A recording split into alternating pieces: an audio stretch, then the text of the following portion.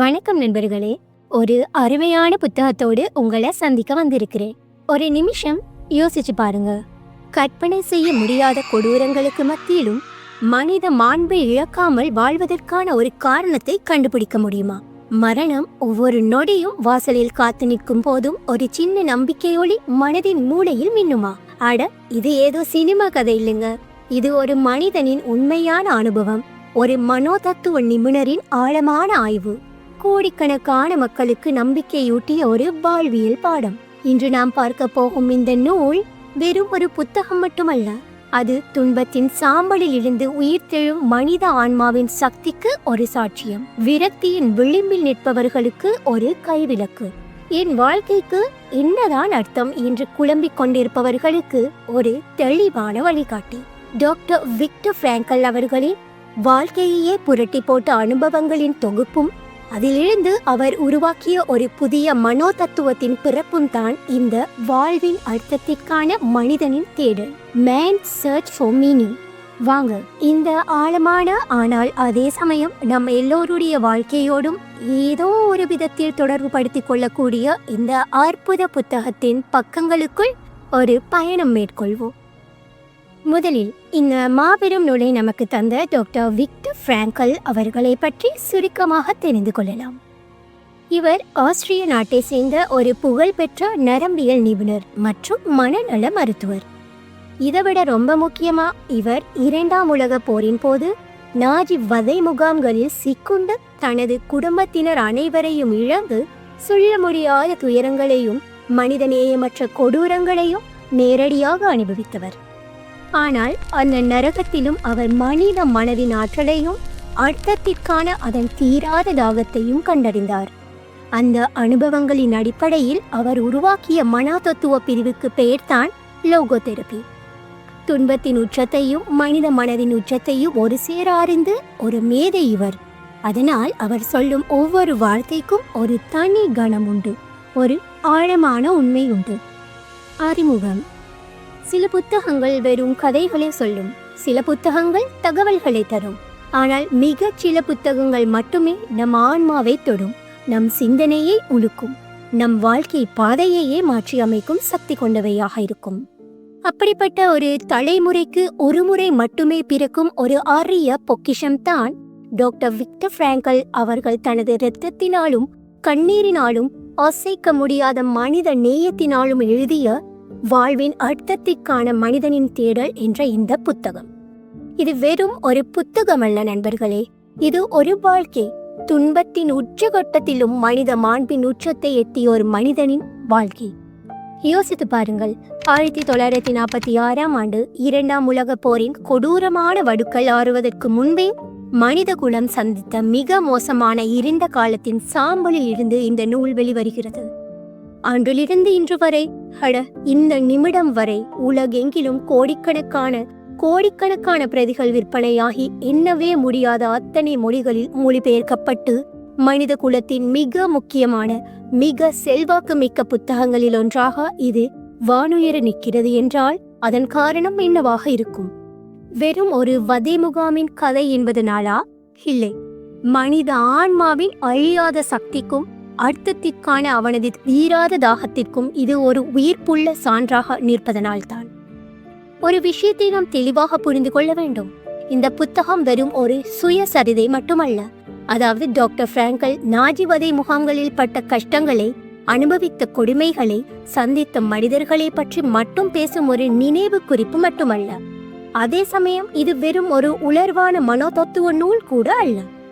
அதாவது சிக்கலான கோட்பாடுகளையும் புரியாத தத்துவங்களையும் அடுக்கி மனித மனதை பற்றி மட்டும் பேசும் ஒரு அகாடமிக் புத்தகமும் அல்ல.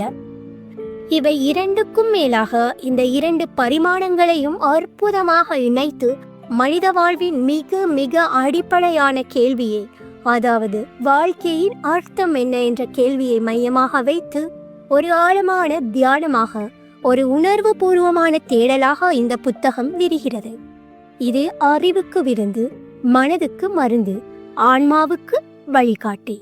இந்த புத்தகம் ஒரு நாணயத்தின் 2 பக்கங்களைப் போல மிக தெளிவாக 2 பெரும் பகுதிகளை கொண்டிருக்கிறது. முதல் பகுதி வதை முகாமில் ஒரு அனுபவம், அடடா, இந்த பகுதியை நீங்கள் படிக்கும் போது வெறும் வார்த்தைகளை படிக்க மாட்டீர்கள். மனித துன்பத்தின் உச்ச கட்டத்தை, மனித மிருகத்தனத்தின் கோர முகத்தை, ஆனால் அதே சமயம் அந்த நரகத்திலும் மங்காமல் ஒளிர்ந்த மனித நேயத்தின் சில கீற்றுக்களை நீங்கள் உணர்வீர்கள். டாக்டர் பிராங்கல் தான் அனுபவித்த, தன் கண்முன்னே நிகழ்ந்த சொல்ல முடியாத துயரங்களை உணர்ச்சி வசப்படாமல், ஆனால் அதே சமயம் ஆழ்ந்த மனித நேயத்துடன் ஒரு நேரடி சாட்சியாக ஒரு மனோதத்துவ நிபுணரின் கூர்மையான அவதானிப்புடன் பதிவு செய்கிறார். அங்கே அவர் கண்ட மனிதர்களின் மனநிலைகள், பசியிலும் குளிரிலும் நோயிலும் மரண பயத்திலும் அவர்கள் எப்படி தங்கள் சுயத்தை இழந்தார்கள், சிலர் எப்படி தங்கள் மனித மாண்பை காத்து கொண்டார்கள், அந்த உச்சகட்ட துன்பத்திலும் சிலர் எப்படி எங்கே வாழ்வின் ஒரு சிறு அர்த்தத்தை கண்டு கொண்டார்கள் என்பதை படிக்கும் போது நம் நெஞ்சமே உறைந்து போகும், கண்கள் தானாகவே கலங்கும். ஆனால் அதே சமயம் அந்த இருண்ட சூழ்நிலையிலும் மனித மனதின் அசாத்தியமான வலிமையையும் அதன் மீள்திறனையும் கண்டு நாம் வியப்பின் உச்சிக்கே சென்று விடுவோம். இது மனித ஆன்மாவின் பலத்தையும் பலவீனத்தையும் ஒரு சேர காட்டும் ஒரு கண்ணாடியாக திகழ்கிறது. முதல் பகுதியில் அனுபவித்த அந்த நெருப்பில் புடம் போட்ட தங்கமாக டாக்டர் பிராங்கல் தனது மனோதத்துவ கோட்பாட்டை இந்த இரண்டாம் பகுதியில் நமக்கு அறிமுகப்படுத்துகிறார். வதை முகாமின் கொடூரமான அனுபவங்களின் அடித்தளத்தில் மனிதனின் அர்த்தத்திற்கான தேடலை மையமாக கொண்டு அவர் உருவாக்கிய இந்த மனோதத்துவ பிரிவுக்கு பெயர்தான் லோகோதெரபி. இதன் மைய கருத்து என்னவென்றால், மனிதனின் அடிப்படை உந்து சக்தி, சிக்மண்ட் ஃப்ராய்ட் சொன்னது போல, வெறும் இன்பத்தை தேடுவதோ அல்லது மனோதத்துவ மேதை ஆல்ஃபிரட் ஆட்லர் குறிப்பிட்டது போல அதிகாரத்தை தேடுவதோ அல்ல. மாறாக இவை எல்லாவற்றுக்கும் மேலாக ஆழமாக மனிதனை இயக்குவது அவனது வாழ்க்கைக்கு ஒரு தனிப்பட்ட அர்த்தமுள்ள நோக்கத்தை கண்டுபிடித்து அந்த அர்த்தத்தை நோக்கி தனது வாழ்க்கையை அர்ப்பணிப்புடன் வாழ்வதுதான். இது எவ்வளவு புரட்சிகரமான சிந்தனை பாருங்கள். மேலும் பிராங்கல் ஆணித்தரமாக ஒரு விஷயத்தை சொல்கிறார். எவ்வளவு கொடூரமான சூழ்நிலையிலும், எவ்வளவு பெரிய துன்பத்திலும் வாழ்க்கை ஒருபோதும் எந்த காரணத்தை கொண்டும் அர்த்தமற்றதாக ஆகிவிடுவதில்லை. ஒவ்வொரு வாழ்க்கையிலும் ஒரு தனித்துவமான அர்த்தம் ஒளிந்திருக்கிறது. அந்த அர்த்தத்தை கண்டறியும் சுதந்திரமும், அந்த அர்த்தத்திற்கேற்ப தனது மனப்பான்மையை தேர்ந்தெடுக்கும் தார்மீக சுதந்திரமும் ஒவ்வொரு மனிதனுக்கும் அவன் கடைசி மூச்சு வரை உண்டு என்பதே இந்த புத்தகத்தின் மையநாதம், அதன் ஜீவநாடி. வாழ்க்கையின் சோதனைகளாலும் இழப்புகளாலும் துவண்டு போயிருக்கும் ஒவ்வொருவருக்கும், வாழ்க்கையின் நோக்கத்தையும் பிடிப்பையும் தேடிக்கொண்டிருக்கும் ஒவ்வொரு ஆன்மாவுக்கும் இந்த புத்தகம் ஒரு கையில் கிடைத்த அமுதம் போன்றது. இது சோர்வடைந்த மனதிற்கு புத்துயிர் அளித்து இருண்ட பாதையில் ஒளியை காட்டும் ஒரு வழிகாட்டி. இது நம் ஒவ்வொருவரின் கைகளிலும் இருக்க வேண்டிய ஒரு வாழ்வியல் பெட்டகம். முதலாம் பகுதி. இந்த முதல் பகுதியோட தலைப்பே நம்ம மனச ஒரு உழுக்குது பாருங்க. வதை முகாமில் ஒரு அனுபவம், நரகத்திலும் ஒரு வாழ்க்கை. ஆமாங்க, நரகம்னு சொன்னா கூட அது கம்மிதான். அப்படிப்பட்ட ஒரு இடத்துல மனுஷனால வாழ முடியுமா? வாழ்ந்தா மட்டும் போதுமா? அந்த வாழ்க்கைக்கு ஒரு அர்த்தம் கண்டுபிடிக்க முடியுமா? இந்த கேள்விகளுக்குத்தான் டாக்டர் பிராங்கல் இந்த பகுதியில பதில் சொல்ல முயற்சி பண்றாரு. அதுவும் வெறும் கோட்பாடுகளா இல்லைங்க, அவரோட சொந்த ரத்தமும் சதையுமா அனுபவிச்ச உண்மைகளோடு. ஃப்ரெண்ட்ஸ், ஒரு நிமிஷம் கண்ணு மூடி கற்பனை பண்ணி பாருங்க. நீங்க ஒரு இடத்துல இருக்கிறீங்க. அங்க உங்களை சுத்தி பசி பட்டினி தலை விரிச்சாடுது. எலும்பும் தோலுமா இருக்கிற மனுஷங்க ஒரு ரொட்டி தொண்டுக்காக சண்டை போடுறாங்க. கடுமையான குளிர்ல உடம்புல ஒட்டு துணி இல்லாம நடுங்கிக்கிட்டு இருக்கிறாங்க. நோய் வந்து மருந்து இல்லாம புழு பூச்சி மாதிரி செத்து மடியிறாங்க. ஒவ்வொரு நாளும் ஒவ்வொரு நிமிஷமும் கொடூரமான அடி உதை, சித்திரவதை, அன்புக்குரியவங்களை கண் முன்னாடியே இழக்கிற துயரம். அடுத்த நிமிஷம் உயிர் இருக்குமா இல்லையான்னு தெரியாத ஒரு நிலையில ஒவ்வொரு நொடியும் மரண பயத்தோடு வாழ்றாங்க. நினைச்சு பார்க்கவே நெஞ்சு பதறதில்ல. இப்படிப்பட்ட மனிதன் தாங்கிக் கொள்ளவே முடியாத அளவுக்கு துன்பங்கள் அலை அலைய வந்து மோதிர ஒரு படு பாதாள சூழலைத்தான் டாக்டர் பிராங்கல் நாகி வதை முகாம்கள்ல அனுபவிக்கிறாரு. அந்த அனுபவங்களை எந்த விதமான மிகைப்படுத்தலும் இல்லாம ஒரு மனோதத்துவ நிபுணரோட அசாத்தியமான துல்லியத்தோட நம்ம கண் முன்னாடி கொண்டு வந்து நிறுத்துறாரு. படிக்கும் போதே நமக்கே அந்த குளிர் உடம்புல ஏறுற மாதிரி, அந்த பசி பயத்து கிள்ளுற மாதிரி, அந்த மரண பயம் மனசை கவ்வுற மாதிரி ஒரு உணர்வு ஏற்படும். ஆனா இங்க தான் ஒரு முக்கியமான விஷயம். டாக்டர் பிராங்கல் வெறும் துன்பங்களோட பட்டியலை மட்டும் நம்ம கிட்ட கொடுக்கல. அது மட்டும் அவரோட நோக்கமும் இல்லை. அந்த நரகத்திலும் மனித மனம் எப்படி செயல்பட்டது, எது சிலரை முழுசா உடைஞ்சு போக வச்சது, எது சிலரை அந்த உச்சகட்ட துன்பத்திலும் ஒரு சின்ன நம்பிக்கையோட வாழ வச்சது, எது அவங்களோட மனித மாண்பை இழக்காமல் காப்பாத்துச்சு அப்படின்னு ஒரு மனோ தத்துவ நிபுணரோட கூர்மையான பார்வையோட ஆழமா அலசி ஆராயிறாரு. இது வெறும் ஒரு சுயசரிதை இல்லைங்க, இது மனித மனத்தோடு ஒரு ஆழமான எக்ஸ்ரே. யோசிச்சு பாருங்க, அந்த வதை முகாம்கள்ல இருந்த கைதிகளோட நிலைமைய. அவங்களோட உடைகள் பறிக்கப்பட்டு கந்தல் துணிகள் கொடுக்கப்பட்டுச்சு. அவங்களோட சொத்து பத்து பணம் காசு எல்லாத்தையும் புடுங்கிக்கிட்டாங்க. அவங்களோட சொந்த பேர்கள் கூட அவங்க கிட்ட இருந்து பறிக்கப்பட்டுடுச்சு. ஒவ்வொருத்தருக்கும் ஒரு எண் கொடுக்கப்பட்டு அவங்க வெறும் எண்களா உயிரற்ற பொருட்களா மாற்றப்பட்டாங்க. அவங்க மனிதர்களாகவே மதிக்கப்படலைங்க, மிருகங்களை விட கேவலமா நடத்தப்பட்டாங்க. அவங்களோட அடிப்படை மனித உரிமைகள் எல்லாமே பறிக்கப்பட்டுச்சு. அவங்களோட உடம்பு அவங்க சொல் பேச்ச கேட்கல. பசியும் நோயும் அவங்கள பாட்டி வதச்சிச்சு. அவங்களோட வெளி உலக சுதந்திரம் முழுமையா 100% பறிக்கப்பட்டுடுச்சு. இப்படி உலகளவிலும் வெளி உலக அளவிலும் எல்லா சுதந்திரத்தையும் இழந்து ஒரு உயிருள்ள பிணம் மாதிரி வாழ்ந்துட்டு இருந்த அந்த சூழ்நிலையில டாக்டர் பிராங்கல் ஒரு முக்கியமான ஒரு ஆச்சரியமான விஷயத்தை கவனிக்கிறாரு. அது என்ன தெரியுமா? அந்த கைதிகளிடமிருந்து அந்த நாஜி சிப்பாய்களால அந்த கொடூரமான சூழ்நிலையால யாராலுமே பறிக்க முடியாத ஒரே ஒரு சுதந்திரம் மட்டும் மிச்சம் இருந்துச்சு. அதுதான் எந்த ஒரு சூழ்நிலையிலும் அந்த சூழ்நிலையை அவங்க எப்படி எதிர்கொள்ளணும், அந்த சூழ்நிலைக்கு அவங்க என்ன மனப்பான்மையை காட்டணும் அப்படின்னு அவங்க மனசுக்குள்ளேயே தீர்மானிக்கிற சுதந்திரம். ஆமாங்க, இந்த உள் சுதந்திரம், இன்னர் ஃப்ரீடம். இதுதாங்க இந்த பகுதியோட மிக மிக முக்கியமான கண்டுபிடிப்பு. இந்த ஒரு வரி தாங்க இந்த புத்தகத்தோட ஆணிவேர். சுத்தி இருக்கிற சூழ்நிலைகள் எவ்வளவு மோசமா எவ்வளவு கொடுமையா இருந்தாலும் சரி, அதுக்கு நான் எப்படி பிரதிபலிக்கணும், அதை நான் எப்படி என் மனசுக்குள்ள எடுத்துக்கணும், அந்த துன்பத்தை நான் எப்படி தாங்கிக்கணுங்கிற அந்த கடைசி தேர்வு, அந்த முடிவு என் கையில தான் இருக்குங்கிற அந்த உணர்வு தாங்க மனிதனை மனிதனாக வைத்திருக்கு. அந்த உணர்வு தாங்க மிருகங்களுக்கும் மனிதர்களுக்கும் உள்ள வித்தியாசம். இந்த உள் சுதந்திரம் தான் அந்த நரகத்திலும் மனித மாண்போட வெளிச்சத்தை காட்டியிருக்கு. அப்படியானால் அந்த நரகத்தில அந்த உச்சகட்ட துன்பத்தில வாழ்வதற்கான அர்த்தத்தை, பிழை தீர்ப்பதற்கான ஒரு காரணத்தை அங்கிருந்த கைதிகள் எங்கேதான் கண்டுபிடிச்சாங்க? டாக்டர் பிராங்கல் அவரோட சொந்த அனுபவத்தில இருந்தும் அவர் கூட இருந்த மற்ற கைதிகளோட வாழ்க்கையில இருந்தும் சில முக்கியமான வழிகளை குறிப்பிடுகிறாரு. அதுதாங்க ரொம்ப ஆழமான பகுதி. நல்லா கவனிங்க. முதலாவதாக அன்பு, லவ். ஆமாங்க, அன்பு. பிரிந்து போன தங்களோட அன்புக்குரியவங்களோட மனைவி, குழந்தைகள், பெற்றோர், இவர்களோட நினைவுகளும் அவங்க மேல வச்சிருந்த ஆழமான பாசமும் பல கைதிகளுக்கு ஒரு பெரிய உந்து சக்தியா, ஒரு உயிர் நாடியா இருந்துச்சு. டாக்டர் பிராங்கலே அவரோட மனைவியோட உருவத்தை அடிக்கடி மனசுக்குள்ள நினைச்சு பார்ப்பாராம். அவங்களோட சந்தோஷமான தருணங்களை ஆசை போடுவாராம். மானசீகமா அவங்களோட பேசுவாராம்.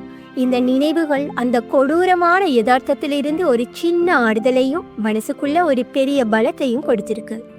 அன்புங்கிறது வெறும் ஒரு உணர்வு இல்லை, அது ஒரு மனிதன் அடையக்கூடிய மிக உயர்ந்த மிக உன்னதமான இலக்கு.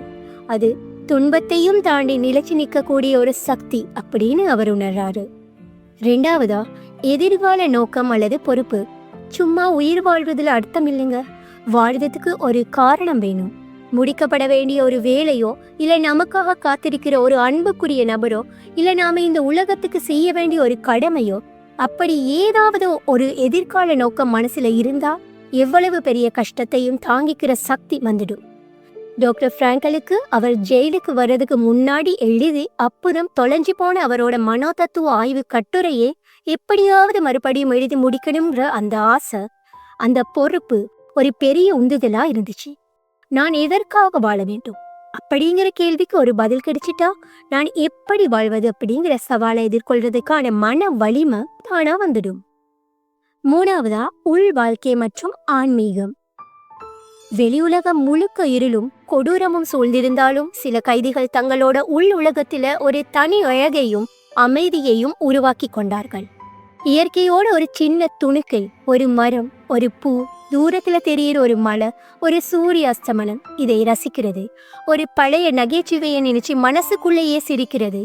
இல்ல மனசுக்குள்ளேயே ஒரு அழகான பாட்டை பாடி பார்க்கறது. இப்படி அவங்களோட கற்பனை சக்தியையும் உள் உணர்வுகளையும் பயன்படுத்தி அந்த கொடூரமான சூழ்நிலையிலிருந்து ஒரு தற்காலிக விடுதலையை அடைஞ்சாங்க. இது அவங்களுக்கு ஒரு பெரிய மன வலிமையை கொடுத்துச்சு. அது மட்டுமல்லாம கடவுள் மேல வச்சிருந்த ஆழமான ஆன்மீக நம்பிக்கை பல பேருக்கு ஒரு பெரிய பிடிமானமா, ஒரு ஆறுதல் மையமா இருந்துச்சு. 4வதா, துன்பத்தின் அர்த்தம். அட, இது என்னடா புதுசா இருக்கு, துன்பத்துல கூட அர்த்தம் கண்டுபிடிக்க முடியுமான்னு நீங்க கேட்கலாம். ஆமாங்க, முடியும்னு சொல்றாரு பிராங்கல். இதுதான் லோகோ தெரப்பியோட மிக ஆழமான கருத்துக்களில் ஒன்று. சில துன்பங்கள் நம்ம வாழ்க்கையில தவிர்க்க முடியாதவையா இருக்கலாம். அதை நம்மால் மாற்ற முடியாது. ஆனா அந்த தவிர்க்க முடியாத துன்பத்தை நாம எப்படி ஏத்துக்கிறோம், எப்படி அதை தாங்கிக்கிறோம், எப்படி அந்த துன்பத்துக்கு மத்தியிலும் நம்ம மனித மாண்பை இழக்காம நேர்மையா நடந்துக்கிறோங்கிறதுல ஒரு பெரிய அர்த்தம் இருக்கு. ஒரு துன்பத்தையே ஒரு சாதனையா, ஒரு ஆன்மீக வளர்ச்சியா மாற்ற முடியும். என் துன்பத்துக்கு ஒரு அர்த்தம் இருக்கு. இந்த துன்பத்தின் மூலம் நான் ஏதோ ஒன்றை கற்றுக்கொள்கிறேன் அல்லது மற்றவர்களுக்கு ஒரு உதாரணமாக இருக்கிறேன் என்ற உணர்வு அந்த துன்பத்தை தாங்கிக் கொள்வதற்கான ஒரு அபாரமான சக்தியை கொடுக்குது. 5வதா, நம்பிக்கை. எதிர்காலத்தின் மீதான ஒரு சின்ன நம்பிக்கை கீட்டு தாங்க அந்த வதை முகாம்கள்ல பலரையும் உயிரோட வச்சிருந்தது. எப்போ விடுதலை கிடைக்கும், எப்படி கிடைக்கும்னு ஒரு நிச்சயம் இல்லைனாலும் ஒரு நாள் அந்த நரகம் நிச்சயம் முடிவுக்கு வரும். நான் என்ன அன்புக்குரியவங்களை மறுபடியும் சந்திப்பேன் அப்படிங்கிற அந்த நம்பிக்கை தான் அவங்களோட உயிர் மூச்சா இருந்துச்சு. எப்போ ஒருத்தன் அந்த நம்பிக்கையை இழக்கிறானோ, எப்போ அவன் எதிர்காலத்தை பத்தின எல்லா கனவுகளையும் கைவிடுறானோ, அப்போ அவன் மனசளவிலும் உடல் அளவிலும் ரொம்ப சீக்கிரமா உடைஞ்சு போய் மரணத்தை நோக்கி பயணிக்க ஆரம்பிச்சிடுறத டாக்டர் பிராங்கல் ரொம்ப வேதனையோட கவனிக்கிறாரு. கடைசியா ரொம்ப முக்கியமான ஒரு விஷயத்த பிராங்கல் சுட்டி காட்டுறாரு. அந்த வதை முகாம்கள்ல கூட எல்லா கைதிகளும் ஒரே மாதிரி நடந்துக்கல. சிலர் தங்களோட கடைசி ரொட்டி துண்டை கூட அடுத்தவங்களுக்கு கொடுத்து தேவதைகள் போல நடந்துக்கிட்டாங்க. ஆனா இன்னும் சிலர் தங்களோட சுயநலத்துக்காக சக கைதிகளை காட்டி கொடுத்து பன்றிகளை விட கேவலமாக நடந்துக்கிட்டாங்க. இது என்ன காட்டுது? மனிதனோட அடிப்படை இயல்பு அவன் நல்லவனா கெட்டவனாங்கிறது அவன் இருக்கிற சூழ்நிலையால மட்டும் தீர்மானிக்கப்படுறது இல்ல. மாறாக ஒவ்வொரு மனிதனும் எந்த சூழ்நிலையிலும் தனது குணத்தை தேர்ந்தெடுக்கும் சுதந்திரம் கொண்டிருக்கிறான். தனது செயல்களுக்கு அவனை பொறுப்புங்கிற ஒரு ஆழமான உண்மையை இது உறுதிப்படுத்துது. ஆக மொத்தம் இந்த முதல் பகுதி மனித மனத்தோட ஆழத்தையும் துன்பத்தின் உச்சத்தையும் அந்த துன்பத்திலும் அர்த்தம் தேடும் மனிதன் அசாத்தியமான திறனையும் நமக்கு ஒரு படம் பிடிச்சு காட்டுது. இது வெறும் கதை அல்ல, நிஜம். இந்த நிஜம் நம்ம ஒவ்வொருவருக்குள்ளேயும் ஒரு பெரிய கேள்வியை எழுப்புது. நான் என் வாழ்க்கையை எப்படி வாழ்ந்துட்டு இருக்கிறேன்? என் துன்பங்களை நான் எப்படி எதிர்கொள்கிறேன்? அடுத்த பகுதியில இந்த அனுபவங்கள்ல இருந்து டாக்டர் பிராங்கல் உருவாக்கின லோகோ தெரப்பியை பத்தி பார்க்க போறோம். அதுவரைக்கும் இந்த முதல் பகுதியோட ஆழமான சிந்தனைகளை உங்க மனசுல ஆசை போடுங்க. சோ ஃப்ரெண்ட்ஸ், வாழ்வின் அர்த்தத்திற்கான மனிதனின் தேடல் புத்தகத்தின் முதல் பகுதியில வதை முகாம்களின் அந்த நெஞ்சை உழுக்கும் அனுபவங்களையும் அங்கிருந்து அவர் பெற்ற ஆழமான பாடங்களையும் பார்த்தோம். இப்போ அந்த அனுபவங்களின் உலைக்களத்தில் மனித துன்பத்தின் சாம்பலில் இருந்து ஃபீனிக்ஸ் பறவை மாதிரி உயிர் தெளிந்த ஒரு அற்புதமான மனோதத்துவ கோட்பாட்டை பத்தி தான் இந்த 2ஆம் பகுதியில பார்க்க போறோம். அதுதான் லோகோ தெரப்பி. அட, இது வெறும் தெரப்பி இல்லைங்க, அது அர்த்தம் தேடும் ஒரு மனோதத்துவ பயணம். முதல் பகுதியில டாக்டர் பிராங்கல் தன்னோட சொந்த வாழ்க்கையில மனிதன் சந்திக்கக்கூடிய துன்பங்களோட உச்சகட்டத்தை அனுபவிச்சார்னு பார்த்தோம். அந்த கொடூரமான நம்பிக்கையற்ற சூழ்நிலையிலும் சில மனிதர்கள் மட்டும் எப்படி ஒரு உள் சுதந்திரத்தோடு ஒரு நோக்கத்தோடு வாழ்ந்தாங்க, எப்படி அவங்களோட மனித மாண்பை இழக்காம இருந்தாங்கன்னு அவர் ஆச்சரியத்தோடு கவனிச்சாரு. இந்த ஆழ்ந்த அவதானிப்புகளும் அனுபவங்களும் தான் ஒரு புதிய மனோதத்துவ பார்வைக்கு அடித்தளமா அமைஞ்சது. அப்படி அவர் உருவாக்கிய அந்த மனோதத்துவ முறைக்கு அவர் வச்ச பேரு தான் லோகோ தெரப்பி. இந்த லோகோஸ் அப்படிங்கிற கிரேக்க சொல்லுக்கு என்ன அர்த்தம் தெரியுமா? அர்த்தம் அல்லது ஆன்மீகம் அப்படின்னு பொருள். ஆக லோகோ தெரப்பிங்கிறது மனித வாழ்க்கையோட அர்த்தத்தை மையமா வச்சு அவனோட மனநல பிரச்சனைகளுக்கு தீர்வு காண்ற ஒரு சிகிச்சை முறை. இது எவ்வளவு ஆழமான ஒரு சிந்தனை பாருங்க. சரி, இந்த லோகோ தெரப்பியோட அடிப்படை கருத்து தான் என்ன? இதுக்கு முன்னாடி இருந்த மனோ தத்துவ மேதைகள் சிக்மண்ட் ஃப்ராய்ட் மாதிரி ஆட்கள் என்ன சொன்னாங்க? மனிதனோட அடிப்படை உந்து சக்தி அவனோட இன்ப நாட்டம் தான், வில் டு ப்ரெஷர் அப்படின்னாங்க. அதாவது சந்தோஷத்தை தேடித்தான் மனுஷன் அலையிறான் அப்படின்னு சொன்னாங்க. இன்னொரு மேதை ஆல்ஃப்ரட் ஆட்லர் என்ன சொன்னாருன்னா, இல்லை, மனிதனோட அடிப்படை உந்து சக்தி அவனோட அதிகார நாட்டம் தான், வில் டு பவர். அதாவது மற்றவங்களை விட நான் பெரிய ஆளா வரணும், சக்தி வாய்ந்தவனா இருக்கணுங்கிற அந்த ஆசை தான் சொன்னாரு. ஆனா நம்ம டாக்டர் ஃப்ராங்கல் இவங்க 2 பேர்கிட்ட இருந்தும் மாறுபடுறாரு. அவர் என்ன சொல்றாருன்னா, மனிதனோட மிக மிக ஆழமான மிக மிக அடிப்படையான உந்து சக்தி எது தெரியுமா? அது அவனோட வாழ்க்கைக்கு ஒரு அர்த்தத்தை கண்டுபிடிச்சு அந்த அர்த்தத்தை நோக்கி வாழ்றது தான், வில் டு மீனிங். அடடா, எவ்வளவு பெரிய உண்மை! நம்ம ஒவ்வொருத்தருக்குள்ளேயும் நான் எதுக்காக வாழ்றேன், என் வாழ்க்கையோட நோக்கம் தான் என்ன அப்படின்னு ஒரு கேள்வி ஒளிஞ்சிக்கிட்டே இருக்குல்ல. அந்த கேள்விக்கு பதில் கண்டுபிடிக்கிறது தாங்க நம்மளோட உண்மையான தாகம், நம்மளோட உண்மையான உந்துதல் அப்படிங்கிறாரு ஃப்ராங்கல். அவர் சொல்றாரு, ஒவ்வொரு மனிதனோட வாழ்க்கையிலும் அவனுக்குன்னு ஒரு தனித்துவமான ஒரு ஸ்பெஷலான அர்த்தம் ஒளிஞ்சிருக்கு. அந்த அர்த்தம் மற்றவங்களுக்கு புரியுதோ இல்லையோ, மற்றவங்களுக்கு முக்கியமா தெரியுதோ இல்லையோ, அவனுக்கு அது ரொம்பவே முக்கியம். அந்த தனித்துவமான அர்த்தத்தை அவன் எப்போ கண்டுபிடிச்சு அதை நிறைவேற்றுவதற்காக தன் வாழ்க்கையை அர்ப்பணிக்கிறானோ, அப்போதுதான் அவனுக்கு உண்மையான மனநிறைவும் நீடித்த மகிழ்ச்சியும் கிடைக்குது. இதுதாங்க லோகோ தெரப்பியோட மைய நாடி. அப்படியானால் வாழ்க்கையில அந்த அர்த்தத்தை எப்படித்தான் சார் கண்டுபிடிக்கிறது? இது ஒரு $1 மில்லியன் கேள்வி தாங்க. ஆனா இதுக்கும் ஃப்ராங்கல் ரொம்ப எளிமையான ஆனா ரொம்ப ஆழமான 3 வழிகளை காட்டுறாரு. நல்லா கவனிங்க, இது நம்ம எல்லோருடைய வாழ்க்கைக்கும் பொருந்தக்கூடிய வழிகள். முதலாவது வழி, ஒரு படைப்பை உருவாக்குவதன் மூலம் அல்லது ஒரு செயலை செய்வதன் மூலம். அதாவது நம்ம கிட்ட இருக்கிற திறமையை பயன்படுத்தி ஒரு புது விஷயத்தை உருவாக்குறது, இல்ல ஒரு வேலையை ரொம்ப அர்ப்பணிப்போட முழு மனசோட செய்கிறது, இல்ல நம்ம சமூகத்துக்கு பயனுள்ள ஏதாவது ஒரு நல்ல காரியத்தில் ஈடுபடுறது. உதாரணத்துக்கு, ஒரு ஓவியர் ஒரு அழகான ஓவியத்தை வரைகிறது, ஒரு ஆசிரியர் மாணவர்களுக்கு நல்ல விஷயங்களை சொல்லிக் கொடுக்கிறது, ஒரு தாய் தன் குழந்தையை அன்போடு வளர்க்கிறது, ஒரு விஞ்ஞானி ஒரு புது கண்டுபிடிப்பை நிகழ்த்துறது. இப்படி நாம செய்யற ஒவ்வொரு சின்ன வேளையிலும், நாம உருவாக்குற ஒவ்வொரு படைப்பிலையும் ஒரு அர்த்தம் இருக்கு. நம்மளோட தனித்துவமான பங்களிப்பு மூலமா இந்த உலகம் இன்னும் கொஞ்சம் அழகா, இன்னும் கொஞ்சம் நல்ல விதமா மாறும் போது நம்ம வாழ்க்கை அர்த்தம் உள்ளதா மாறுதுன்னு நாமளே உணரலாம். நம்மால இந்த உலகத்துக்கு ஒரு பிரயோஜனம் இருக்குங்கிற அந்த உணர்வு ஒரு பெரிய மனநிறைவை கொடுக்கும். 2வது வழி, ஏதேனும் ஒன்றை அனுபவிப்பதன் மூலம் அல்லது ஒருவரை சந்திப்பதன் மூலம். அட, இதனடா வித்தியாசமா இருக்குன்னு பாக்குறீங்களா? அதாவது இந்த உலகத்தில் இருக்கிற நல்ல விஷயங்களை, அழகான விஷயங்களை நாம மனசார அனுபவிக்கிறதன் மூலமாகவும் நம்ம வாழ்க்கைக்கு அர்த்தம் சேர்க்கலாம். உதாரணத்துக்கு, இயற்கையோட பேரழகை, ஒரு சூரிய உதயத்தையோ, ஒரு பூ மலர்வதையோ, ஒரு குழந்தையின் சிரிப்பையோ ரசிச்சு அனுபவிக்கிறது, ஒரு அருமையான இசையை கேட்டு அதில் லயிச்சு போறது, ஒரு நல்ல புத்தகத்தை படிச்சு புது விஷயங்களை தெரிஞ்சுக்கிறது, இல்ல ரொம்ப முக்கியமா இன்னொரு மனிதரோட ஆழமான அன்பான உண்மையான உறவை வளர்த்துக்கிறது, குறிப்பா காதல். இப்படி இந்த உலகத்தோட நன்மைகளை நாம் அனுபவிக்கும் போதும், மற்றவங்களோட உண்மையான அன்பை பரிமாறிக்கும் போதும் நம்ம வாழ்க்கை அர்த்தம் உள்ளதா மாறுது. இந்த அனுபவங்கள் நம்ம ஆன்மாவை வளர்க்குது, நம்ம மனசை நிறைக்குது. 3வது வழி, தவிர்க்க முடியாத துன்பத்தின் மீது நாம் கொள்ளும் மனப்பான்மையின் மூலம்.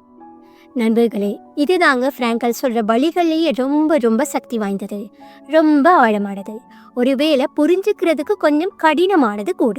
நம்ம வாழ்க்கையில சில துன்பங்கள், சில கஷ்டங்கள், சில இழப்புகள் தவிர்க்க முடியாதவையாக வந்து சேரும்.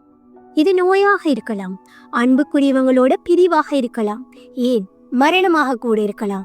இந்த மாதிரி நம்மால கட்டுப்படுத்த முடியாத, நம்மால மாற்ற முடியாத துன்பங்கள் வரும்போது நாம உடைஞ்சு போய், ஐயோ என் வாழ்க்கை வீணா போச்சே, எனக்கு மட்டும் ஏன் இப்படி நடக்குது அப்படின்னு புலம்புறதுல அர்த்தம் இல்லை.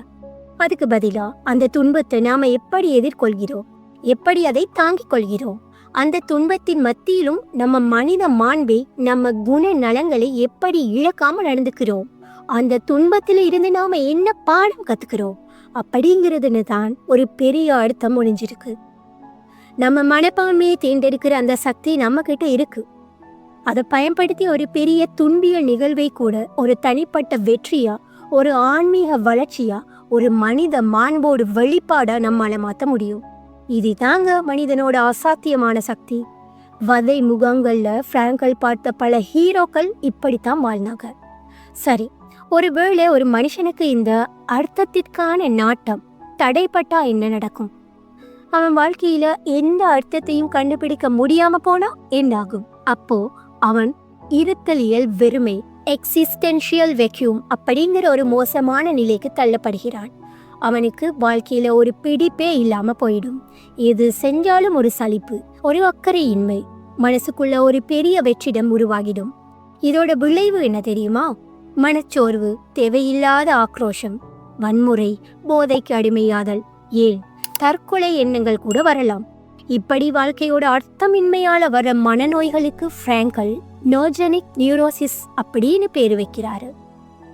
இந்த மாதிரி பிரச்சனைகளால கஷ்டப்படுறவங்களுக்கு உதவி செய்யறது தாங்க லோகோ தெரப்பியோட முக்கியமான நோக்கம். அப்போ லோகோ தெரப்பி ஒருத்தருக்கு எப்படி உதவி செய்யுது?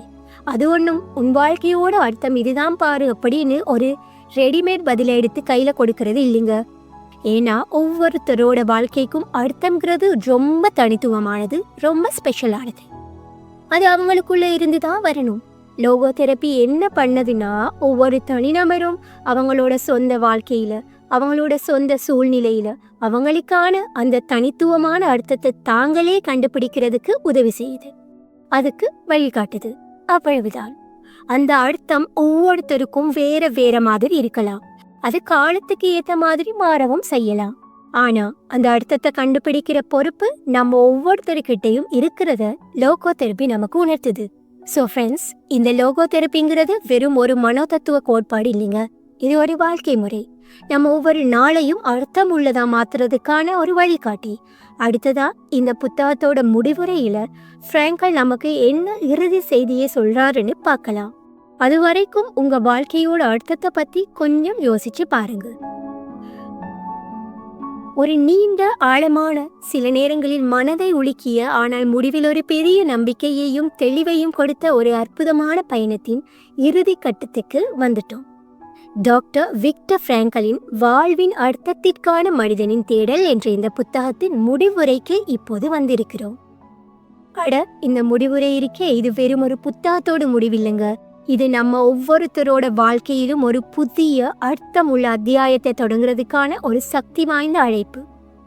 வாழ்வின் அர்த்தம் உங்கள் கையில், உங்கள் தேர்வில். இதை விட ஒரு ஆழமான, ஒரு பவர்ஃபுல்லான செய்தியை யாராலுமே சொல்ல முடியாது. ஸோ ஃப்ரெண்ட்ஸ், ஒரு விஷயத்தை நாம் ஆணித்தரமாக புரிஞ்சுக்கணும். டாக்டர் விக்டர் பிராங்கலின் வாழ்வின் அர்த்தத்திற்கான மனிதனின் தேடல் புத்தகம் சும்மா ஒரு தடவை படிச்சுட்டு அலமாரியில் வச்சுட்டு ஒரு சாதாரண புத்தகம் கிடையாது. இது மனித மனதோட ஆழத்தையும் அதுக்குள்ள ஒளிஞ்சிருக்கிற அசாத்தியமான கற்பனை கெட்டாத ஆற்றல்களையும் நமக்கு வெளிச்சம் போட்டு காட்டுற ஒரு பொக்கிஷம், ஒரு அருமையான படைப்பு. இது வெறும் ஒரு தனி மனிதனோட, அதுவும் ஒரு வதை முகாமில் சிக்கி தவிச்ச ஒருத்தரோட கடந்த கால கதை மட்டுமல்ல, சத்தியமா இல்ல.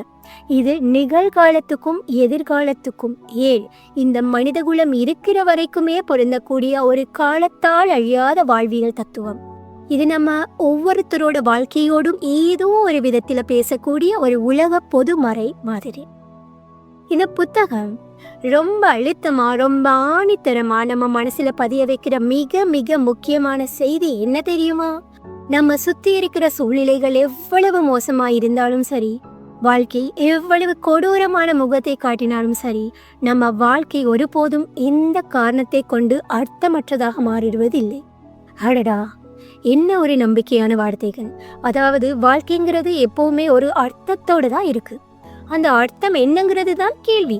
அந்த அர்த்தத்தை கண்டுபிடிக்கிற சுதந்திரமும், அந்த அர்த்தத்தை நோக்கி நம்ம வாழ்க்கையை நகர்த்திக்கிட்டு போற பொறுப்பும் நம்ம ஒவ்வொருத்தர்கிட்டையும் முழுமையா இருக்கு. இது எவ்வளவு பெரிய விடுதலை பார்த்தீங்களா? நம்ம வாழ்க்கையோட ரிமோட் கண்ட்ரோல் நம்ம கையில தான் இருக்குங்கிறத இதை விட அழகா சொல்ல முடியுமா? நம்ம மனப்பான்மைய, நம்ம அணுகுமுறையை தேர்ந்தெடுக்கிற அந்த சக்தி இருக்கே, அது நம்ம கிட்ட இருந்து யாராலுமே எந்த சூழ்நிலையுமே பறிக்க முடியாத ஒரு இறுதி சுதந்திரம். ஒரு தெய்வீக கொடை. இவை உணர்ந்து கொள்வதுதான் முதல் படி. நம்ம எல்லோருடைய வாழ்க்கையிலும் துன்பம்ங்கிறது ஒரு தவிர்க்க முடியாத பகுதி தான். அதை யாராலுமே மறுக்க முடியாது. ஆனா அந்த துன்பம் வரும்போது நாம எப்படி நடந்துக்கிறோம், அதை எப்படி எதிர்கொள்கிறோம், அதுல தான் நம்மளோட உண்மையான குணம் வெளிப்படுது. அந்த துன்பத்தை வெறும் ஒரு வேதனையா மட்டும் பார்க்காம அதிலேயும் ஒரு அர்த்தத்தை கண்டுபிடிக்க முயற்சி செய்யும் போது நாம இன்னும் வலிமையானவங்களா, இன்னும் பக்குவப்பட்டவங்களா, இன்னும் ஆழமான மனிதநேயம் உள்ளவங்களா மாறுறோம். அந்த துன்பமே நமக்கு ஒரு ஆசானா மாறுது. டாக்டர் ஃப்ராங்கல் சொன்ன அந்த 3 வழிகளை ஞாபகம் வச்சுக்கோங்க. அன்பு, வேலை மற்றும் துன்பத்தை எதிர்கொள்ளும் மனப்பான்மை. இந்த 3ம் தான் நம்ம ஒவ்வொருத்தரும் நம்ம வாழ்க்கையோட தனித்துவமான அர்த்தத்தை, நம்ம வாழ்க்கையோட நோக்கத்தை ஒரு அழகான திரைச்சீலை மாதிரி நெய்யறதுக்கான நூல்கள். அன்பின் மூலமா மற்றவங்களோட இணையிறோம். வேலையின் மூலமா இந்த உலகத்துல நம்ம பங்களிப்பை கொடுக்கிறோம். துன்பத்தை சரியான மனப்பான்மையோடு ஏத்துக்கிறது மூலமா நம்ம ஆன்மாவை வளர்க்கிறோம். இது 3ம் சரியா அமைஞ்சிடுச்சுன்னா வாழ்க்கை அர்த்தமுள்ளதா மாறிடும். ஸோ ஃப்ரெண்ட்ஸ், ஒரு முக்கியமான விஷயத்தை நீங்கள் புரிஞ்சுக்கணும். இந்த புத்தகம் நாஜி வதை முகாம்களில் சொல்ல முடியாத துன்பங்களை அனுபவிச்சவங்களுக்கு மட்டும்தான் பொருந்தும்னு நினச்சிடாதீங்க. இல்லவே இல்லை. அவங்களோட அனுபவம் ஒரு உச்சகட்ட உதாரணம் தான். ஆனால் இதில் சொல்லப்பட்டிருக்கிற உண்மைகள் நம்ம அன்றாட வாழ்க்கையில் நாம் சந்திக்கிற சின்ன சின்ன சவால்கள், மன அழுத்தங்கள், தோல்விகள், இழப்புகள் எல்லாத்துக்கும் பொருந்தும். என் வேலை எனக்கு பிடிக்கல, என் உறவுகளில் பிரச்சனை, எனக்கு எதிர்காலத்தை பற்றின பயம் இருக்கு அப்படின்னு வாழ்க்கையோட நோக்கத்தை பற்றி சிந்திக்கிற குழம்பி கிடக்கிற நம்ம ஒவ்வொருத்தருக்குமே இந்த புத்தகம் ஒரு பெரிய உந்து சக்தியையும் ஒரு தெளிவான வழிகாட்டுதலையும் ஒரு ஆழமான ஆறுதலையும் கொடுக்குங்கிறதுல எந்த சந்தேகமும் இல்லைங்க. யோசிச்சு பாருங்க. நம்ம கையில் இருக்கிற ஒவ்வொரு நிமிஷமும் ஒவ்வொரு நாளும் ஒரு அர்த்தமுள்ள வாழ்க்கையை வாழ்றதுக்கான ஒரு புதிய வாய்ப்பு, ஒரு புதிய தொடக்கம். இந்த வாய்ப்பை நாம் எப்படி பயன்படுத்திக்கிறோங்கிறது நம்ம கையில் தாங்க இருக்கு. நம்ம வாழ்க்கையோட அர்த்தத்தை செதுக்கிற சிற்பி நாம தாங்க, சூழ்நிலைகளோ மற்றவங்களோ இல்லை. இந்த உண்மையை நாம் எப்போ முழுசாக உணர்றோமோ அப்போ நம்ம வாழ்க்கையில் ஒரு பெரிய மாற்றம் ஏற்படும். அதனால நண்பர்களே, இந்த மாபெரும் நூலை படித்ததோடு நிறுத்தினாம இதில் சொல்லப்படுகிற அந்த ஆழமான கருத்துக்களை உங்கள் வாழ்க்கையில் கொஞ்சம் கொஞ்சமாக செயல்படுத்த முயற்சி செய்யுங்க.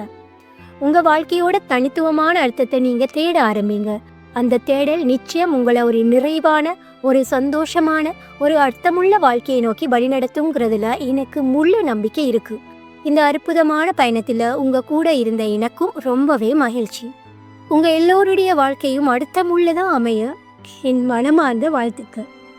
இந்த புத்தகம் ஒரு நிறைவான உணர்வை எனக்கு கொடுக்குது. முடிந்தவரை, அதாவது என்னால் முடிஞ்சவரை நான் இந்த புத்தகத்தை சுருக்கி உங்கள் கையில் கொடுத்துட்டேன். இந்த புத்தகம் பயனுள்ளதாக இருந்திருக்கும் என்று நான் நம்புகிறேன். ஸோ ஃப்ரெண்ட்ஸ், வீடியோ பிடிச்சிருந்தா லைக் பண்ணுங்க, கமெண்ட் பண்ணுங்க அண்ட் மறக்காமல் சப்ஸ்கிரைப் பண்ணுங்க. தேங்க்ஸ் ஃபார் வாட்சிங்.